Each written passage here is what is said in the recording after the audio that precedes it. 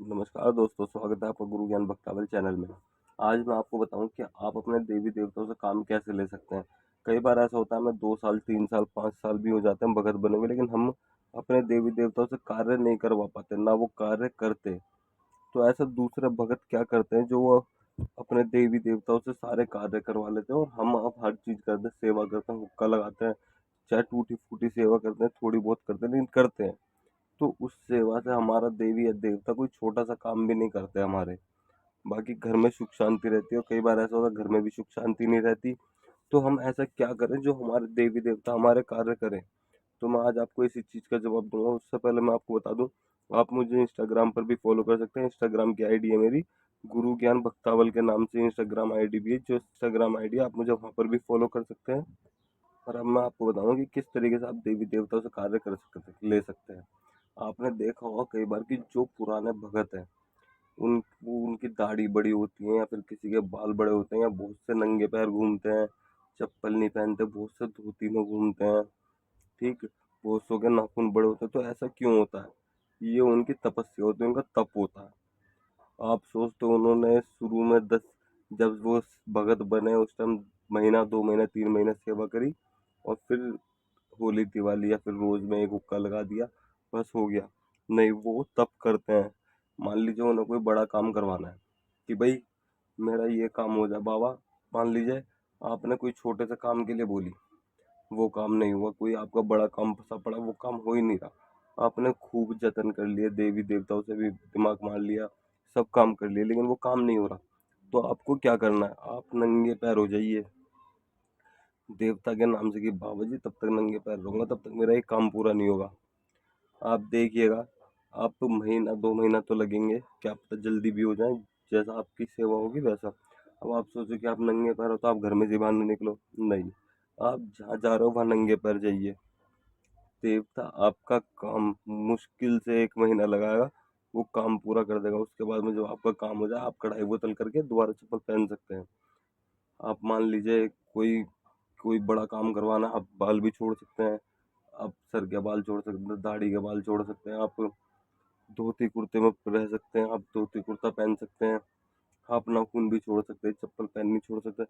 मतलब कि जितना आप तप करोगे उतनी जल्दी आपका कार्य होगा।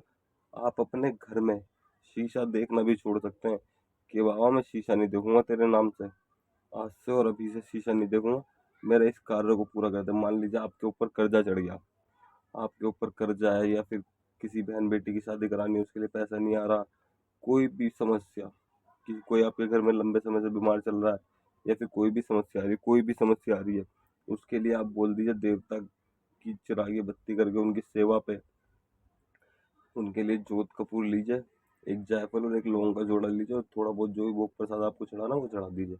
वरना आप सिर्फ जोत कपूर लेके एक जायफल और 2 लौंग के जोड़े या 3 लौंग के जोड़े, वरना अगर किसी एक देवता के नाम से करना चाहते हो तो एक लौंग का जोड़ा। अगर आप सारे देवी देवताओं के नाम से करना चाहते हो तो आपको 3 लौंग के जोड़े चाहिए, जो आपके घर में पूछते हैं उन सबके नाम के 3 लौंग के जोड़े। तो आपको 3 लौंग के जोड़े का क्या करना है? सबसे पहले तो आपको जोत कपूर जलाना है अपने देवी देवता के नाम से। जोत कपूर जलाने के बाद में आपको उस पर जायफल देना है। आपको जो आपके घर के गद्दी का मालिक होगा वो, या फिर आप जिस भी देवता से काम करवाना चाहते हैं उसका, और बाकी सब एक हाथ सबका साथ जितने भी सारे देवी देवता हैं उनके नाम से वो जायफल चढ़ा दी। जायफल चढ़ाने के बाद पहला लोगों का जोड़ा आपके गद्दी के मालिक का, जो आपके मेन पुश्ता मुखिया है उसका। दूसरा लोगों का जोड़ा उसके जोड़े में जो है उसका। तीसरा लोगों का जोड़ा पूरे घर का, कि पूरी घर से मैं कह रहा हूँ, मेरा जो भी कर्जा है या फिर मेरे घर में जो भी समस्या है, या फिर कुछ भी चीज़ ले लीजिए, मेरे घर में कोई बहुत समय से बीमार चल रहा है, मेरा कर्जा उतर जाए, मेरी बहन बेटी की शादी हो जाए अच्छी तरीके से, इस जो भी आपका कार्य है वो बोलते हुए आपको करना है। वो बोलते हुए लोगों का जोड़ा चढ़ाते वक्त आपको बोलना है कि मैं नंगे पैर रहूंगा आज से ही, जब तक मेरा एक कार्य पूरा नहीं हो जाए। एकदम सुख शांति से एक कार्य पूरा करवा दो, मैं तो उसके बाद चप्पल पहनूंगा, वरना मैं चप्पल ही नहीं पहनूंगा। आप उस लोंग के जोड़े को चढ़ा देना, और आप देखिएगा आप नंगे पैर घूमोगे। उस दिन से देवी देवता हड़बड़ा जाएंगे कि ये नंगे पैर घूम रहा। हाँ, हफ्ता 10 दिन आपको कोई फर्क नहीं दिख सकता, मुश्किल है हफ्ते 10 दिन में फर्क दिखना, हाँ, लेकिन 15-20 दिन के बाद आपको अपने आप रास्ते दिखने लग जाएंगे क्योंकि हफ्ता 10 दिन तो कोई भी नंगे पैर रह सकता है। कोई घर में भी काट लेगा कि भाई 10 दिन की तो बात है, मैं नंगे पैर रहूंगा, घर में रहूंगा, 10 दिन कट जाएंगे। लेकिन नहीं, जब आप बाहर निकलोगे, रास्ते पे जाओगे, धूप पड़ रही है, आप वहां से निकल रहे हो, पैर जल रहे हैं आपके, बारिश पड़ रही है तब आप निकल रहे हो, ठंड पड़ रही है तब जमीन में से ठंडक आपके पैरों में आ रही है, उन चीजों से जो परेशानी होगी ना, वो आपका तप है। वो तप है आपका। उस तप को देखते हुए आपके देवी देवता आपके सारे कार्य करेंगे। और जब वो काम पूरा करेंगे, और देखिएगा, जब वो काम पूरा करने में आएंगे ना, कोई बड़ी से बड़ी शक्ति किस देवता को नहीं रोक सकती, उस देवी या देवता को नहीं रोक सकती जिसके नाम के आपने ये तप करा है। और जब आपका ये तप पूरा हो जाए, पूरा कार्य हो जाए, उसके बाद में भी आप अपनी चप्पल पहन सकते हैं, वो भी कढ़ाई करने के बाद में।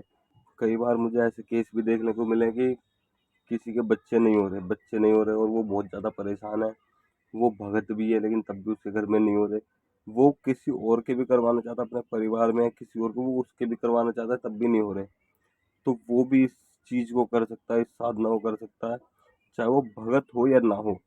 मैं आपको बताऊं, ये जो साधना है किसी भी देवी देवता से काम कराने के लिए, चाहे वो भगत हो या ना हो, बस आपके घर में पूजते होने चाहिए वो देवता, और आपके घर में कोई भगत होना चाहिए। जब आप इस साधना को कर सकते हैं, वरना इस तप को नहीं कर सकते।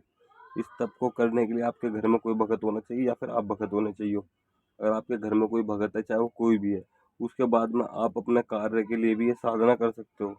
इस काम को करने के लिए आपके घर में या आप खुद भगत होने चाहिए। और फिर देखिएगा अपने देवता की शक्ति। आप सोचते हो ना कि भाई हमारे देवता तो कुछ काम ही नहीं करते, सामने वाले के देवता इतना काम करते हैं, या फिर सामने वाला व्यक्ति भी आपसे बोलता है तो हमारे देवता तो ऐसे हैं, आपके देवता ऐसे हैं। इस चीज से बहस करने से कोई वो नहीं है। आप अपना तपोबल बढ़ाइए, आप फिर देखिएगा अपने देवता की शक्ति। आपको खुली आंखों से चमत्कार दिखाएगा आपका देवता, खुली आंखों से, कि वो बोलेगा बताओ करना क्या है। लेकिन अब ऐसी जिद मत करियो, वो इस तरीके से बोलेगा।